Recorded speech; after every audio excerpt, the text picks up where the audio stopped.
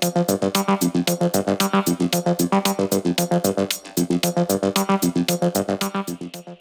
everyone. I want to make sure that we've got all of our panelists here. I think we might be waiting for a few people. We've got Beth, Tommy. We Yep, just need a couple more minutes. bringing them on. How's everyone? Doing Great. awesome. How are you? Super excited for this one. Actually, the most tangible and practical out of all of the panels for GTM. So, yeah, let's Nice. do a quick round of introductions. All right, everyone. So I'm Lara Shackelford. I'm the moderator for this session. I'm SVP of Growth Marketing and Revenue Operations at iCapital. I'm chairman and founder also of a company, Fideri AI, that helps with AI strategy for AI field strategies for marketing and customer experience. And I have a background at Intel and Microsoft. I'm currently coming to you live from Oxford in sequence because we've got our black tie dinner tonight after this, and I'm earning my master's in AI here. So that's me. And we also have, I'll hand over to you, Tommy, to introduce yourself, and then we can go down the line. All right. Good evening, everyone from Barcelona. I'm Tommy O'Brien, Chief Sales Officer at SEMrush. Really excited to be here. Okay, Beth. Hi, everyone. Beth Bauer, founder and CEO of Posiroy. That comes from intentionally creating positive returns. And I've been thinking about that with regard to data and AI for over 35 years. Some of my background is in big data as a product through companies like IQVIA and Merck, known as MSD outside the US. Super excited to be talking with everyone today. Great. Welcome, Beth. Russell, over to you. Hey team, I'm Russell Sherwin. I am on a sabbatical right now. While I'm on sabbatical, I'm running B2B Tracks, a consulting firm. I'm teaming with Force Management as a facilitator. And I like to think of myself as a pragmatist. With that said, I was writing neural network code about 30 years ago. When I was not on sabbatical, I was Chief Revenue Officer for a SaaS company called FPX and Chief Marketing Officer for Watson Commerce at IBM. Excellent. Okay, Brandy, you're next. Wonderful. So first off, I'm loving the sequins and I applaud them whether there's a dinner happening or not. I was like a panelist in sequins. Yes, I'm here. Love it. So pleasure to connect with everyone. I'm Brandy Sanders, currently CMO at Apermore, process mining company. Super excited to be a part of this panel and bringing a very non-traditional background, coming originally from creative multimedia and all of the softer creative arts on the theater, television, film, and media into B2B SaaS technology, e-commerce, and then eventually deeper data analytics, things like data lakes, working with companies like Blackline, leading them to IPO, and then other wonderful organizations like Sony Music, Etsy, etc. So super excited to see some familiar faces and some new ones here today. Well, we're thrilled to have you, Brandy, and let's wrap it up here with Paul Kuhn. Buddy, sorry, my background's a little screwed up. But my name is Paul Kuhn. I'm based in the US, and I've headed up marketing and sales for about 20 years. Heavy social impact bent and educational technology, but also industrial and manufacturing. CMO and marketing and sales leader, mostly in B2B. Great. So we have a great group of panelists, and we want to get right into the content because, oh, there's Julian, and we wouldn't be complete without you. I'll let you introduce yourself. I'm late. Sorry, I'm late. I'm always fashionably late. That's the Frenchness that speaks. Hi, everybody. Julian, I'm very happy to be here. Marketing exec, coming from the sales tech side of the house, Salesforce, Gong, and Clary. Excellent. So as you all know, we're here to talk about what the future looks like in 2025 and talk about global AI and how we look at innovation and growth for 2025, leveraging AI. And we can't do that without talking about the global landscape, right? So I wanted to just take a quick minute to share some things that we've been thinking about here while I've been at Oxford, working on my diploma in AI for the week. And one of the things we've been thinking about is, how does the global landscape change and where does it stand today, and how do we as organizations moving into 2025, hopefully we're all wrapping up 2025 planning. I imagine a lot of you are in your, planning on Q5 planning, because that's more common than it should be. But as you look to 2025, we have to think about a couple of things. One, the European Union, right? The EU AI Act came into effect in August of 2024. It's really going to start, having its full application, though, in August of 2026. The EU is taking, of course, a highly regulated conservative approach. And their aim, of course, is to have a very comprehensive and regulatory framework, both for AI development and use, which is important because, if anyone thinks, well, they don't operate in the EU or their company is not based there, it's use within the EU. So lots to pay attention to there. And then we need to consider England separately, or I should say the UK, right? So post-Brexit, the UK, you're hearing a lot of people feeling enthusiastic because the UK has a chance to set their own standard and their own approach, and be less regulated if they choose to than the EU.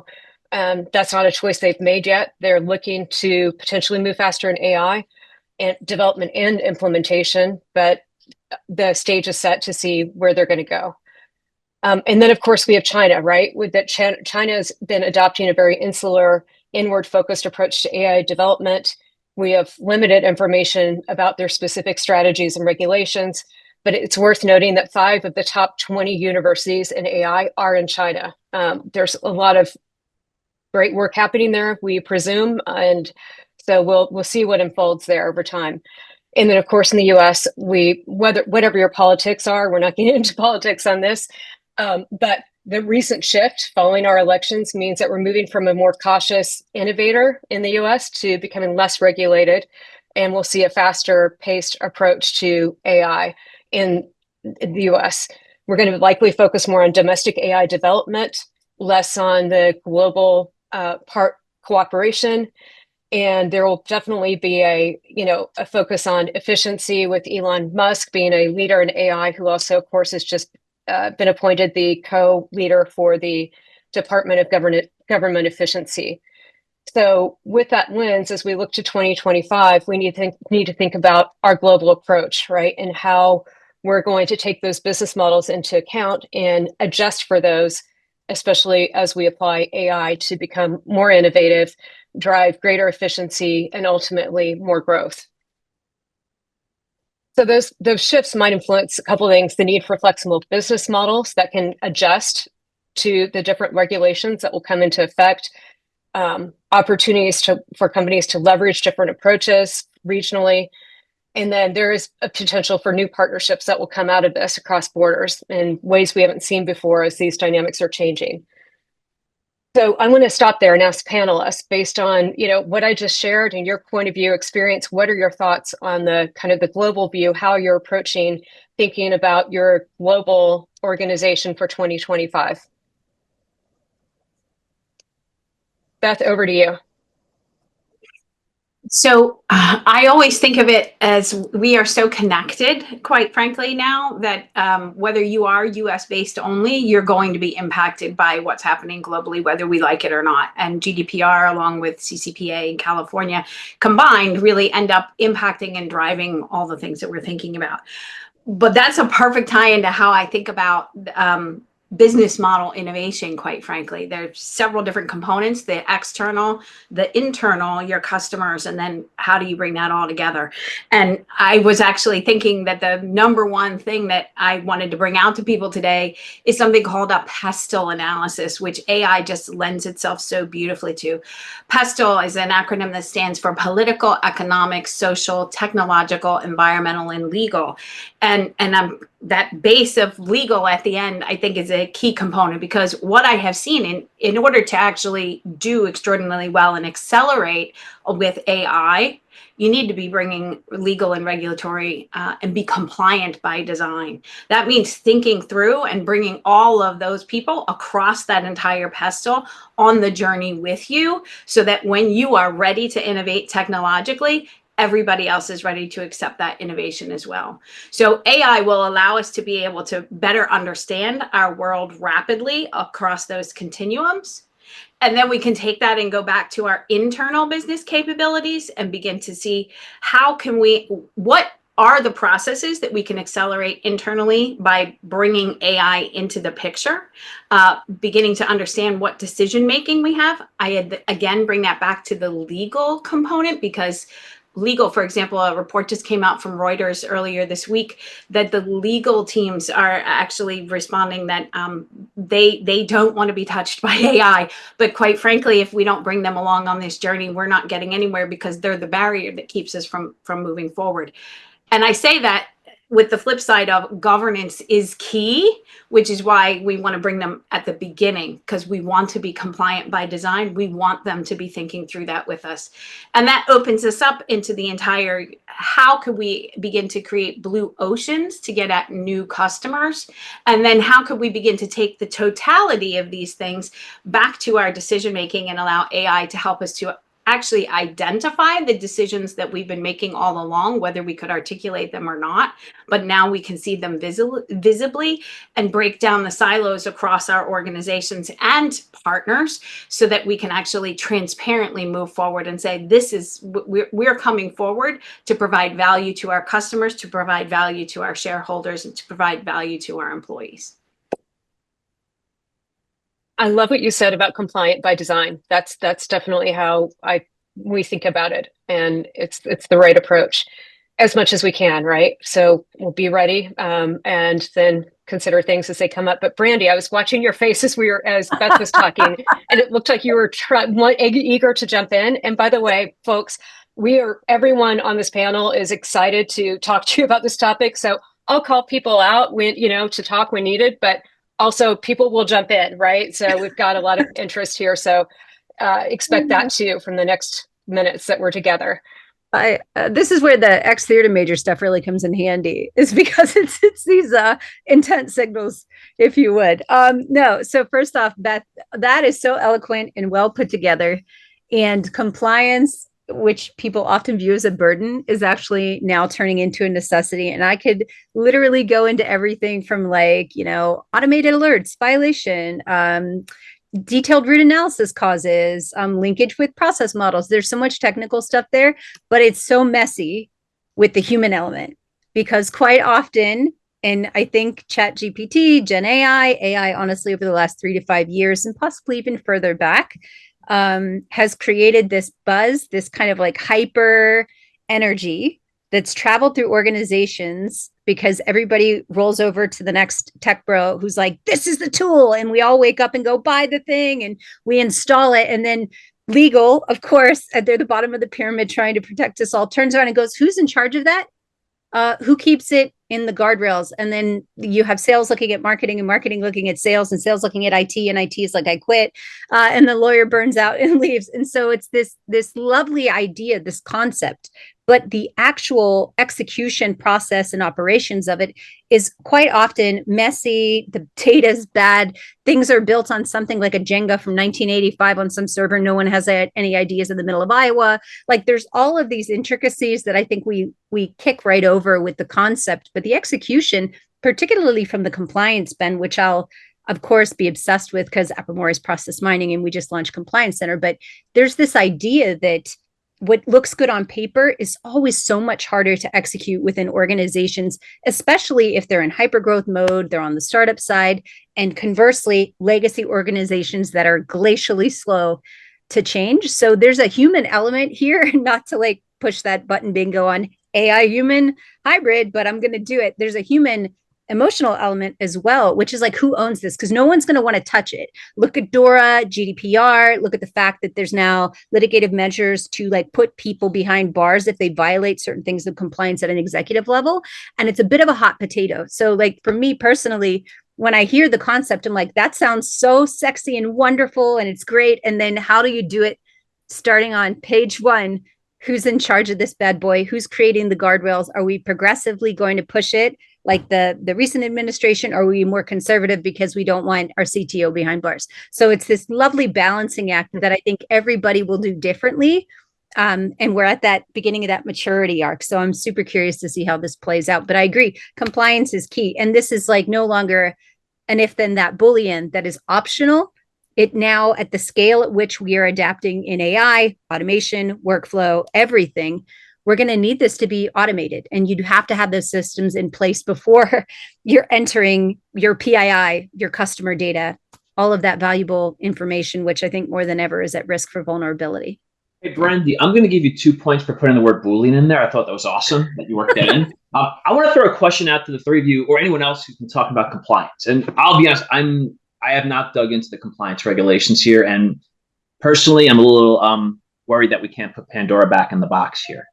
That said, if China and the US is, wild, wild west with AI and the EU is getting heavily regulated, is that putting the EU nations at a competitive disadvantage? How are nations thinking about the impact of regulations around what the global landscape will look like in 20 years?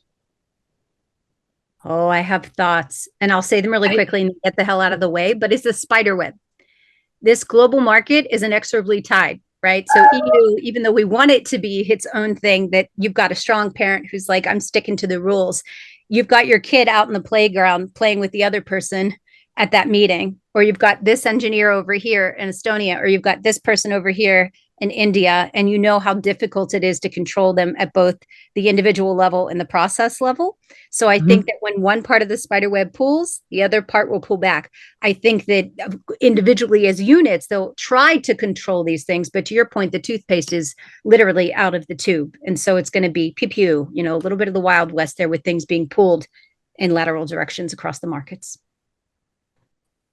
Other thoughts? I mean, Lara, you're taking a PhD or a class in AI. It sounds like you're deep in the woods here. What's the thought around compliance? Is it right or wrong, and how does it plug into global power? Yeah, I think I just go back to what Beth was saying about compliance by design. We talk a lot about ethics and AI, and it's not the same, but ethics and compliance just go hand in hand. You have to design for compliance at the outset as best you can. You have to design for ethics and think through, what potential scenarios could be as best you can. And you have to allow space for the unknown because there is so much unknown here. And that's not a very direct answer, but that's the highest level of how we're thinking about it.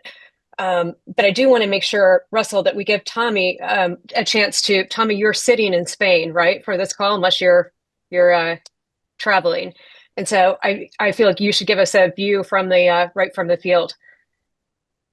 Yeah, hello everyone from Spain. There's a lot to uncover there. I think the most interesting part from a revenue standpoint is over the last few years, there's been this big drive towards consolidation. That drives compliance, but it just drives the ability to effectively leverage your data. And now that seems to have gone completely out the window. We're going to buy this AI tool for content, this AI tool for search, for IT compliance. And I'm really interested to see what happens with CTOs in the next 12 to 18 months.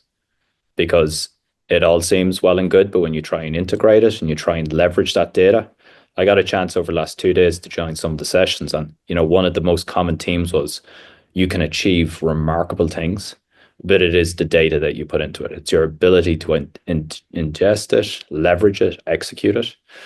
And some of the things that we're most focused in on a sales side right now is just diversification of our revenue streams. We've seen, over the last few years, diversification has become absolutely essential for any business at all. And things like strategic partnerships are great, things like product development, but they're incredibly risky and take time and effort. Whereas we've started to see some really nice uplift from leveraging AI for new market and new verticals. So prior to AI, you would have done what an acronym that I've worked with is MACARA, which is market availability, real-time analytics, and customer accessibility. So you're doing everything from trying to understand GDP, population, search maturity, online maturity. You're then trying to leverage your own real-time analytics. So you're trying to understand, well, what are customers doing with us today? What are they spending? How are they leveraging our technology? What's their attach rates? How long have they been with us? And then that customer accessibility, trying to fundamentally understand, if you're an online business, what's the payment success rate look like? Like that's very different in LATAM and APAC versus US. What's the language component? What's the currency component? And you go and work with a consultancy that costs you an arm and a leg, or you'd work with your RevOps team and it could take several weeks to do. If you've got your data in the right area, that could take you hours. And now all of a sudden you're getting to build a really strong pilot to understand what new markets you need to go into to diversify or just continue to accelerate growth, and vice versa with new verticals as well. So I think the power is absolutely essential. I think the consolidation play is going to come back very quickly when people realize how challenging it is to actually leverage these technologies. But done right, like we've been able to move into new markets so much quicker than I've ever seen before. And it's definitely had a huge impact on our revenue. Related to all of this, I mean, having worked in global companies all of my life, quite frankly, and in the space of IT and data, at the end of the day, there are a series of best practices of concepts that need to be utilized literally in every country. But how they play out from an execution standpoint needs to be able to be flexible. So federated and flexible ensures that we have the ability to reach customers in the way that they can and want to be reached in various countries. That means we have to be able to understand the differences in the regulatory as well as the similarities in the regulatory, playing to that base, but being able to take opportunities as they play out. Just an interesting concept about the whole China thing as well. I mean, China has more data technically than anywhere, right? They're capturing data about every move that people make. And in some cases, there's thought that is attempted to be happening all over the globe through certain applications. TikTok comes to mind out of the United States. But also recognizing that within China, they actually have put caps on that, right? So that there's limited usage of TikTok by young people in China as a requirement by law. It's not that they're not recognizing that, there are differences in how we want to play out looking at somebody else versus looking at ourselves. And that's going to be up to how all of us behave in the future, and how both as the businesses as well as the consumers, what we will request. And so I think that the long-term survivors in this space will actually begin to build personal relationships with who they're looking to create better business with long-term, so that actually there's an anchor in trust, because the trust component is really going to be a major issue for the future. Great. I want to move over to, we're getting some great questions from the audience as we speak. And so I want to move over to one of those questions, and I'll hand it over to either Paul or Julian, whoever wants to take this one, which is, what does an AI first business model look like in practice? I'm happy to take it. And Paul, you can chime in any time. Well, first off, everybody's saying AI first. So I don't even know what that means anymore, right? If you're not AI first, you're nowhere. So it's the most annoying piece of B2B tech messaging ever. I hate AI first. Side note, but I think AI first and like putting AI in the center of your business model and execution kind of means going from like functional departments using AI in silos to like AI across the workflows and across the functions. I think that's what at least to me, that's what it means. Because when you think about it, like 90% of the use cases we hear about for AI are productivity based, right? It's like automation stuff. So SDRs can now write emails faster, content marketers can produce content faster, reps don't have to manually enter their sales data anymore. Like everything's automated. But it still is like, it lives in pockets, right? It's all very siloed. So I think an AI first business model and company tries to break the silos and really bring all the revenue critical functions together and infuse that AI into the workflows.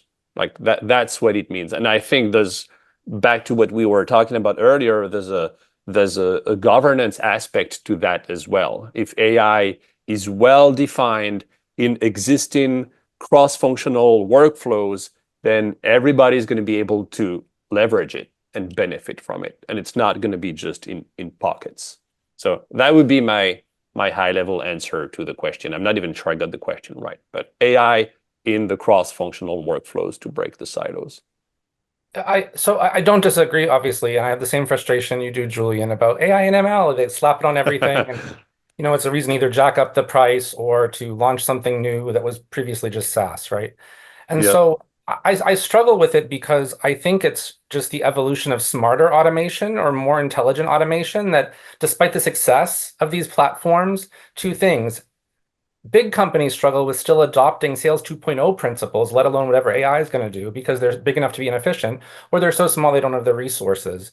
And I think that AI is not a silver bullet. It just means it can help us work smarter. It can be that sidekick or turbocharge that you said, Julian, right? And I think that even with the proliferation of marketing automation and smarter automation, it still remains siloed. It's not that single pane of glass across the business, even if it is in a utopia across marketing and sales, like you said, Julian. And so I think that attempt to have, not that it's a local language model, but the attempt to have sort of everybody speaking the same language at the company and to kind of layer on efficiencies based on that is awesome. Now, what's hard is that I think a lot of people, like marketing automation was sold to us 20 years ago, a lot of people think if they buy the system or 17 of them, that's going to happen tomorrow. And that's not how it works. It doesn't mean you shouldn't get started, but the use cases we see out there of oh, we're actually using our conversational intelligence and to customize or personalize content and follow up at scale, which seems so basic and unsexy, is not happening at most places, right?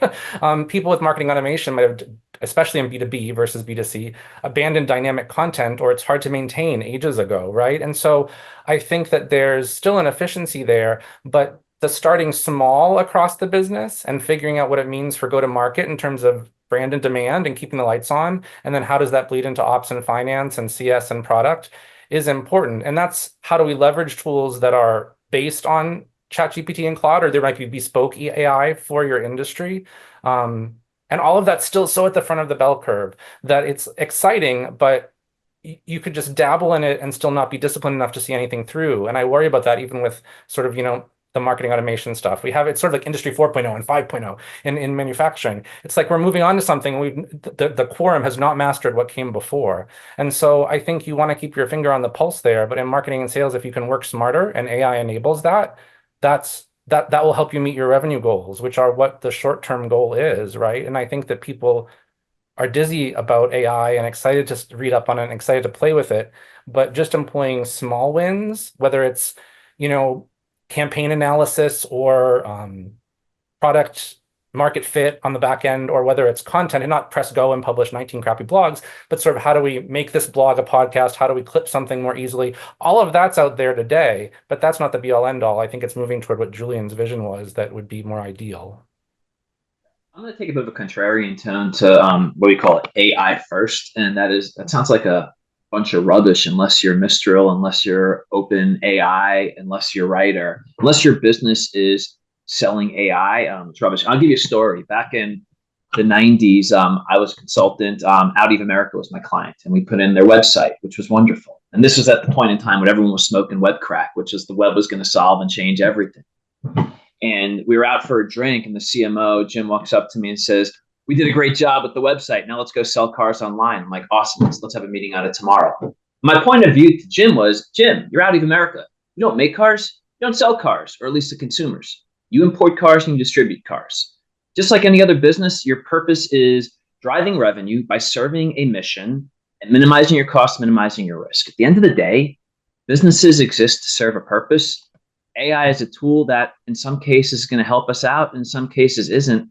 And just like the internet, just like databases, just like the wheel, we just got to figure out how it's going to help us serve our purpose." So perhaps my point of view there is, as I'm thinking about it, it's AI second or AI third. Because again, just like anything else, it's a tool that's going to help us serve our mission. If we're putting AI first, then perhaps we're the tool. Yeah, horse became the Exactly. car, but where's the car going, right? Yeah, AI enabled is a term that we use a lot because it is about you. there are a lot of people who, for a bit, thought that let me get an AI strategy. And I'm sure we've all seen organizations where, oh, so and so has been appointed in our company to lead AI, and then that person is running around looking for use cases, right? And what AI strategy should come from. We have a business purpose. We're doing our best to align our culture to it. People get it; they're bought in. Our strategy now aligns to it. And then, by the way, AI can enable and support that strategy. So that's where it comes in versus AI first for AI's sake. That will get Lara, any one of the company in things that trouble. came up that Beth mentioned yesterday when we were talking was this idea that digital transformation, which AI is part of, is a journey and not a destination. And that like I might probably cut Beth off there, but I thought that's an important point because you can't just jump from, backwards processes to suddenly buying 3 pieces of software or bolting it onto your legacy software solution for what you sell and hope that it's AI first. I do think that that's a little misleading. I think it's enabled in various degrees of enablement, like you said. And I'm going to add to that. I have seen organizations say that they want to be first, it was data first, now it's AI first. At the end of the day, it's business first. But I'm going to add to that, strategy does not only come through business. There does need to be an AI strategy. There does need to be a data strategy. All of those things need to be tied to the business strategy, right? But you can't come at this and say it's AI last either, because if you don't think about and strategize about how you're going to take your data and your AI over time, aligned and evolving with your business, you've missed the mark. But I think like any technology business. Sorry, go on, Paul. I was just going to say what's essential to that strategy. Marketing also often is challenged as a service organization, right? Or corporate strategy similarly, when you have to have your hands in everything. And people that are in charge of in manufacturing, it's digital transformation or advanced manufacturing, Industry 4.0, and now it's kind of like AI digital transformation. If you don't build that consensus across the leadership team to do more of what you were saying, Beth, or you were saying, Julian, we skip that step sometimes, that internal education about what the hell is AI or what does pragmatic AI look like in stages, or what do we need because of our vertical and our product. Maybe it's not sort of the TikTok data up the wazoo as helping or maybe it's not sort of everything agentic. And so like that, it's dizzying as opposed to like what core parts of it could enhance our main go-to-market strategy or open new markets, to your point, Beth. But yeah, I think that the internal education is almost taken for granted. And then this poor person that either grew through the ranks or comes in sideways and is charged with AI or digital transformation is not empowered to succeed. And there's all the scary stats from WEF and Gartner and friends about how many digital transformation initiatives die. And then they think that they're going to do that alone. Right? Yeah. That's the person who's going to make this happen, not the web across the entire. Their magic AI buttons behind the scenes. Right. It feels like that stanza from the Bo Burnham song, a little bit of everything all of the time, because that's what it feels like when you're on the receiving end of that and there's no discipline. It turns into chaos, and then we all go, what happened? I thought we spent 6 figures to get this exec from XYZ with the accolades to come in and make magic, but there's that human element again. Like one person cannot control all of that chaos. The discipline, the compliance, the standards have to be set before you go out there. You got to know what plants you want in the garden before you're putting seeds in the ground. And I think quite often, to Paul and Beth's point, it's always retrospective. And sometimes the others, if you haven't educated, right, especially at a scale up or a startup, the CEO was wooed by some SDR or saw something somewhere, right, about how these SDR robots are going to have it rain from the skies. And so then you have to like figure out, are you doing this? Do you agree? Does it make sense? And so there's like a lot of potential, but you can't, what's going to make room for that, even if it will ultimately make efficiencies, right? New technology takes a hot minute. And I know someone was asking about what types of different people you might hire. And I think just like any RevOps on steroids or sort of coordination on steroids, it's people that are willing to think different. It might be digital natives or people that understand how to layer technology onto business processes. It's not so that they're willing to, look at the auto cuts from a webinar, edit super slightly, throw on something from Canva and call it a day. That's more efficient. Can a 70-year-old or a 22-year-old do that? Absolutely. But, is someone that's new to sales more likely to use conversational intelligence versus someone that's been doing it for 50 years? Maybe. Maybe they were great at note taking. Maybe they were great at putting notes in Salesforce. Maybe they weren't. But I think it's the mindset that's important, no matter your age.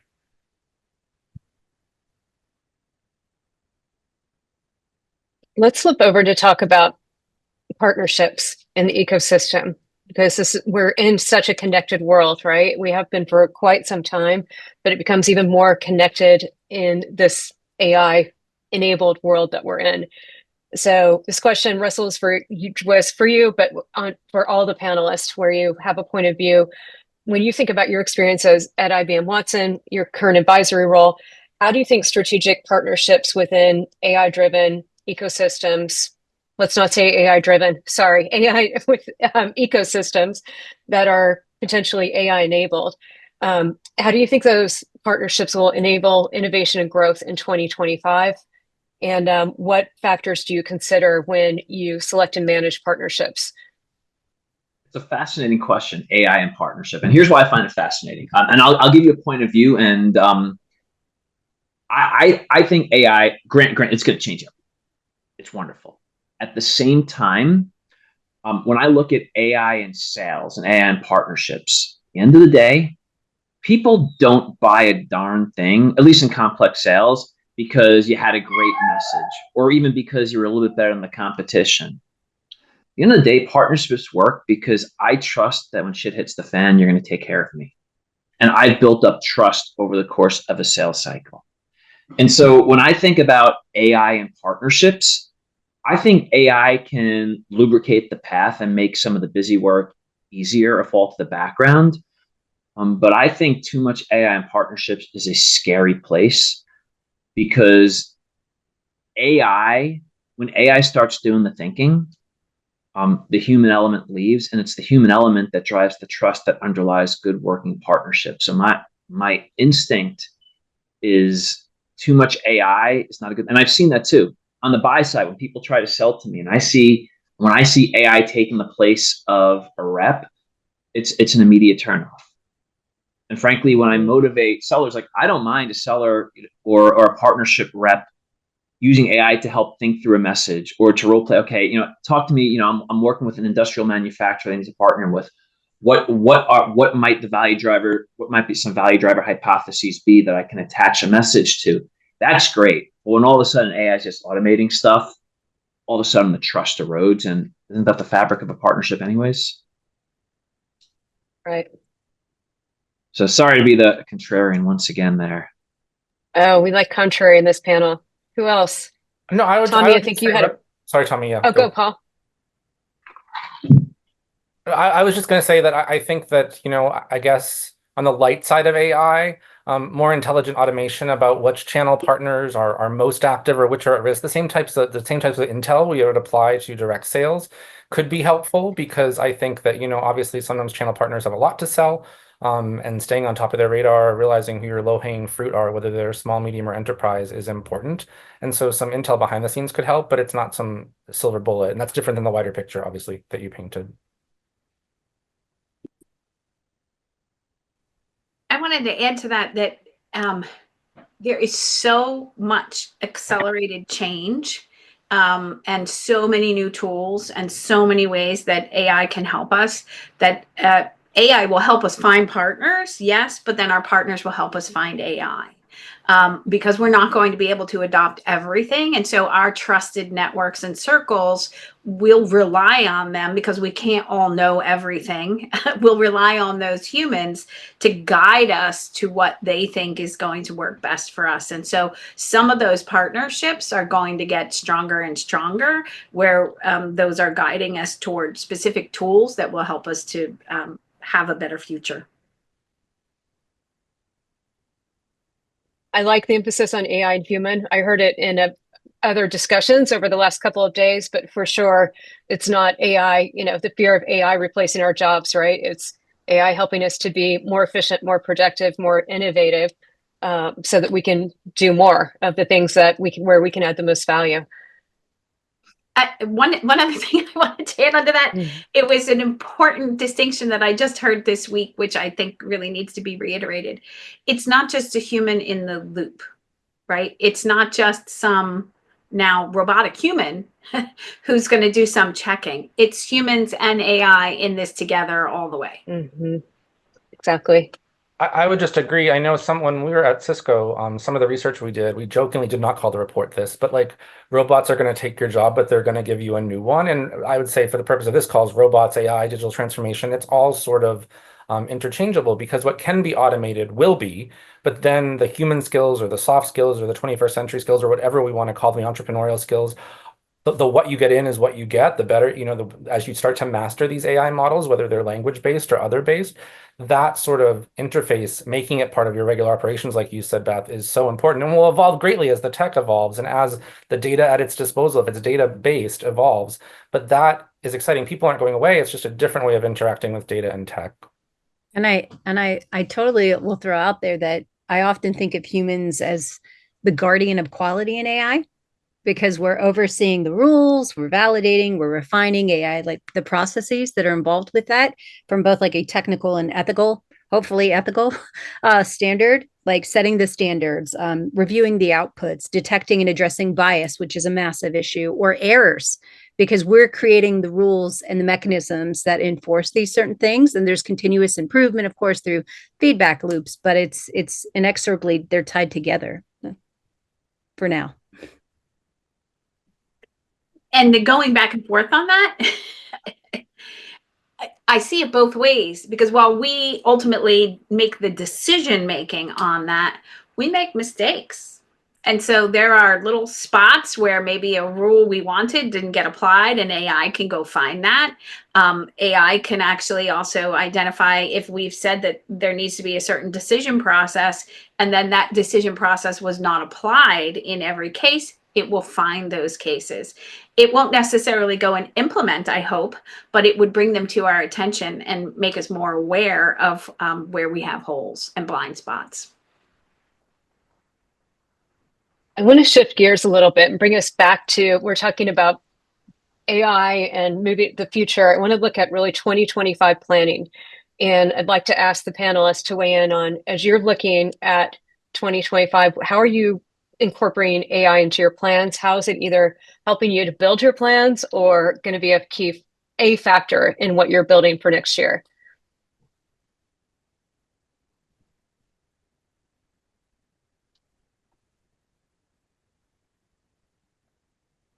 Okay, I'll go. I was like, come on, someone take the hot mic. I definitely feel like, first off, retrospectively, like looking back, amalgamating massive amounts of data on performance on marketing, and I'll just view this from like a sales and marketing and B2B tech, like SaaS space, is huge, because you can go back, amalgamate massive amounts of data beyond just a dashboard. And hopefully you're using it also for a little bit of predictive and forecasting in 25, but you can understand what worked, what didn't, where those posts were that you anticipated based off of the model or the data that you had from last year, and then what that's foreseeably going to look like with data-driven forecasting and like even scenario planning. Now, some scenarios, as our market has proven to us, and I have the white hair to prove it, time and time again, we'll get little surprises there with scenario planning in our markets and the world in general. But I think from the perspective that I look at it, it's operational efficiency, resource allocation, being able to determine that if then that, there's Boolean again, right? Being able to do that if then that, and then making sure that there's some level of personalization to that market strategy.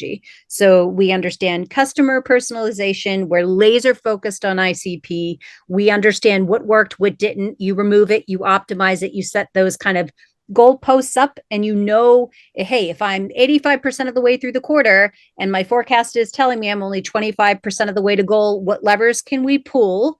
And you integrate AI across that as a solver, as someone mentioned lubricant earlier, to make those decisions easier, and then also remove the someone coming in and say, I think we should do X, and then being able to say, I know we want to do a $5,000, Rick and Morty steak dinner in Iowa, but there's like 0 customers there. There's 0 prospects. I'm not flying you to Vegas for this, because there's if then that data that shows how we should properly resource and put those things together. So both across both budget, go to market, sales, and marketing, I think it's a pretty core piece for both retrospectively understanding what worked, what didn't, getting everyone to agree on the handshake, and then using that for forecasting and scenario modeling. In terms of prep for 2025, I go back to, again, late 90s. I feel like an old man here. Gartner made a ton of money by selling classes to non-IT people, executives around what the internet is and how it might impact what you do every day. And I think it's very similar for AI.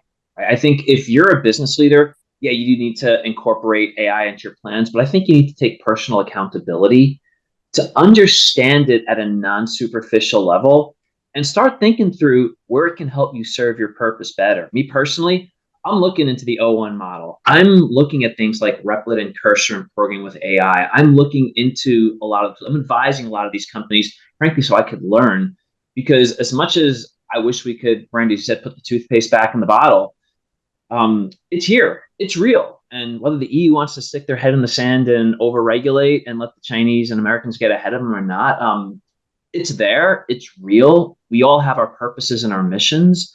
And it's up to us to figure out how this tool can help us in the pursuit of these outcomes. So that's a long-winded way of saying, take it seriously and get in under the surface so you can figure out how it can help you in serving your purpose and mission. I'll add to that. One of the important things, I love what you were saying just a minute ago, Brandy, about personalization, right? And so much what AI can help us do is also to be relevant with our audience. And that's one of the key things I see for 2025 is more of that relevance in addition to or on top of personalization.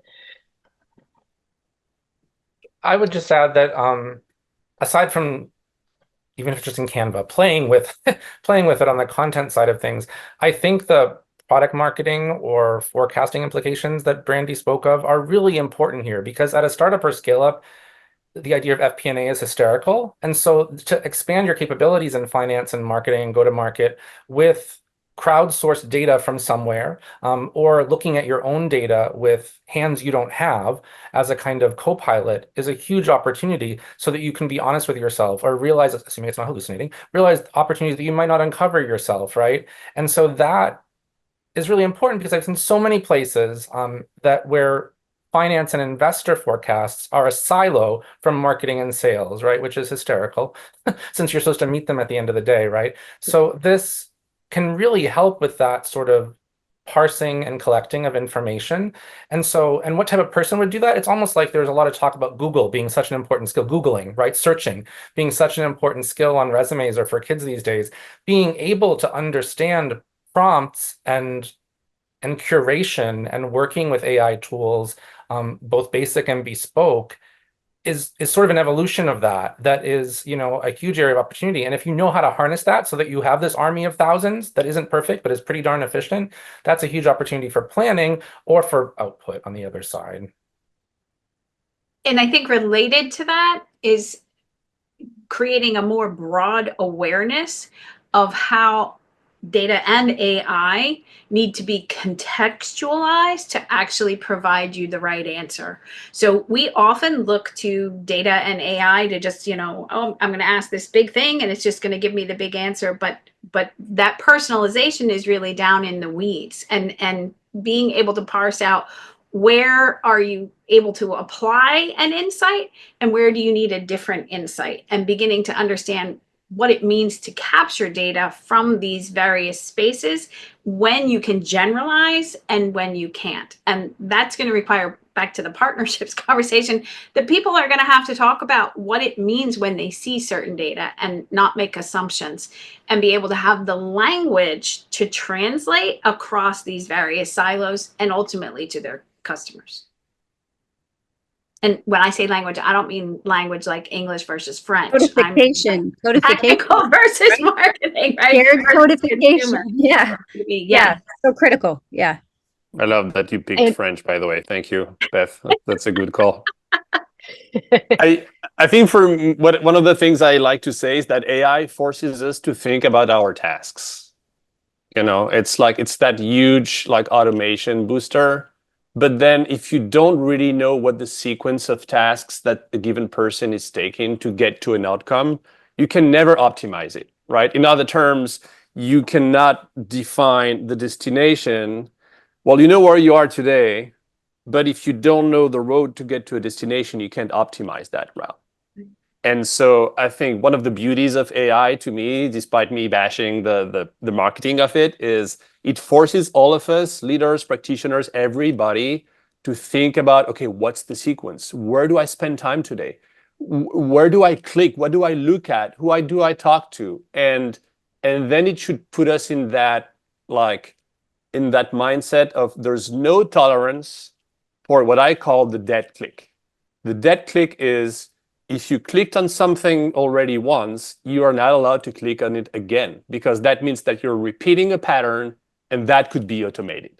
So every time you think about the click path or the sequence of event or something that you're doing, and it's a repetition of something you did in the past, that's a potential for automation and AI. So I think AI, despite all the hype, is a great way for us to think about the ways we work, pretty much.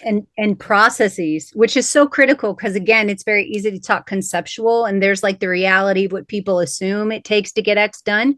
And then there's reality of it, because even if you look at like things like AI often gets interplayed with process mining, all of that is tied together because it allows for smarter resource allocation and continuous levels of improvement. So you have strategies that are actually grounded in operational reality, not the assumption that the exec thinks it takes 10 steps when it really takes 55 and a fax machine, and it's coming back over and someone's pager goes off in an office. Like, in addition to that, when you interplay process mining across that AI branch and you're looking at operational reality, there's this compliance management element that's tied into everything we're talking about for that, which identifies the regulatory risks and all those little ping pong steps that you're mentioning, Julian, and it can integrate that AI for that actual like data-driven monitoring for proactive mitigation and eliminating inefficiencies. So like the process mining side of that is also really fascinating. I would just add that I think idiot proofing that for your executive team or your peers is really important, right?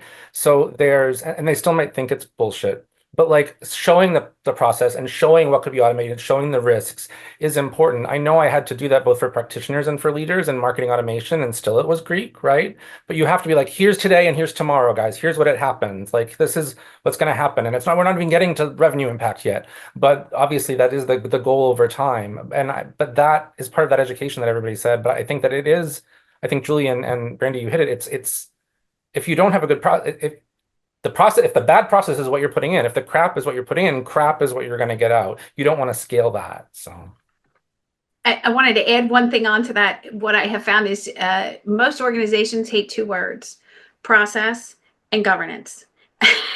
And if we can flip both of them on their heads, process is really your organizational habits. And everybody loves the Atomic Habits book, right? So if we can think about that as what are the habits of your organization and how can you change those habits? And then from a governance standpoint, flipping governance on its head to something that is more, what are the capabilities that we want to have, and what are the guardrails that we need in place to be able to enable that. I really see the flip side of governance as enablement, and how can you begin to focus on breaking down those barriers that actually lead you to that full-on enablement. But without governance in place, you're going to end up with bigger fences than you thought. I like that you said enablement, because I keep wanting to go back to AI literacy. You brought me back there, so thank you. The AI literacy, I think a lot of us, especially if you tuned into this show, you're probably already engaged with AI, right? But there's so much, and there's still so much for people to learn and learn across organizations. And we can't assume that, people who are more enthusiastic or maybe more kind of change oriented are the norm, right? And there's still a high level of AI literacy training that needs to be done to bring the rest of our organizations along. So that's one thing that I look to in 2025 is how do we make sure that our organizations are truly literate, have the ability to take advantage of AI, and look at their processes with help from someone who really understands AI, but also always question where, if there's a place where they can be more efficient because AI can help them. Even something like Clay, I have a couple 100,000 contacts where I don't have email addresses for them, right? Clay can help me solve that problem in a matter of hours. But if someone's not necessarily as literate, they wouldn't know. So that's a really important piece that I wanted to stress. All right, we've got a few minutes here. Go ahead, Beth. Were you going to jump I into have to something? add one little thing on a soapbox about calling anything literacy. I'd like to use fluency, and the reason why is literacy is like a binary. You're either literate or illiterate, and it makes a lot of people feel like they're not part of the cool kids. And if we can switch to fluency, because we are all at various levels of fluency with regard to AI, it opens up the world and actually points out that there are very few people who are actually completely illiterate at this point with regard to AI, but we want them to up their game no matter where they are. I like that. I'll adopt fluency. I'm in. So we have just a couple minutes here, and I want to, again, focused on our theme of 2025 innovation and growth. I want to go through each of the panelists and ask you, just give us our, pretty rapid fire. What's the one trend that you really want to make sure people have their eye on for 2025? Beth, since you were just speaking, why don't we start with you and then we'll move down the line. I really think that one of the key things that we're going to finally realize is how much data we have. Data is really is feedback, is knowledge, is everything we know. And it's a question of what did we prioritize to digitize? And if we recognize within organizations, we've got a lot of data that we haven't digitized yet. And we can actually monetize that both for ourselves and potentially for others, which opens up even more revenue streams, both internally and externally. I think that's going to be the key, is recognizing that prioritizing what knowledge we have to digitize and turn into data is going to be really powerful. Paul, over to you. Sure. I mean, obviously, we're seeing a lot of AI used for content, but I think that on the go-to-market side, and we were touching on it before with planning, I think that from either a campaign analysis or go-to-market fit perspective, it gives you capabilities at a startup or scale up that you probably don't have because you're trying to dial for dollars, but do it in a smartly intelligent way, right? And so whether you're trying to look at messaging or trying to look at ICPs and you're putting data in there or getting data that is out there to analyze it, or you want more analysis than you can do alone on how certain channels are working, using it behind the scenes in marketing and servicing and marketing and sales, I think is really important. And you can do that with the larger agents out there. Before you even look at bespoke solutions, because you could be like doing demos all day long. So I think getting into that and realizing the power for arming you with information, it's behind the scenes, but I think it's more powerful because it helps focus people. Excellent. Russell, your turn. I think the trend is acceleration. Here's what I mean.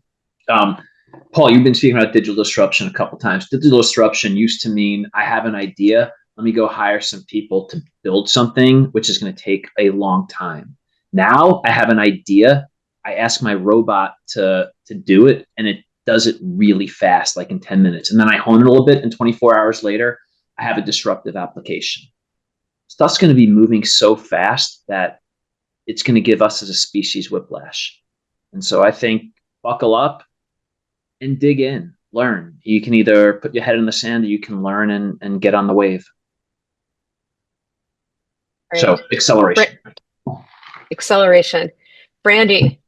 Oh, it's so funny because what Russell said reminds me of that Ian Malcolm from Jurassic Park. Just because we can doesn't mean we should. So be careful because the life finds a way, if you know what I'm saying. And I'm sure AI will as well. Anyway, I would say top target, honestly, if you think about the top line for 25, I'd go right back to the idea of processes because AI is a lovely sticker to slap on anything, but data in, data out, garbage in, garbage out. So like process mining, process intelligence really should be a part of enhanced strategic planning. So you harness that data-driven insight, you come back in, it reveals the true state of operations, whether it's 10 steps or 25 steps in a fax, and it helps you to really properly allocate those limited resources in markets like these and make sure that you have operational efficiencies and that you have automation and innovation tied together on the proper targets. So you're no longer just spraying and praying. By the way, this doesn't just apply to marketing and sales. It's universal. It's engineering resources. It's IT resources. It's human resources. It's people ops, because that combination of that process mining, process intelligence, and AI really ensures that if you're looking at 25 from a planning point of view, decision making is grounded in actual process performance, and it supports, honestly, a more precise, agile business strategy. So you're able to react to anything that the market might swing our way, which, given the past few years, could be anything. Julian, do you want to bring us home?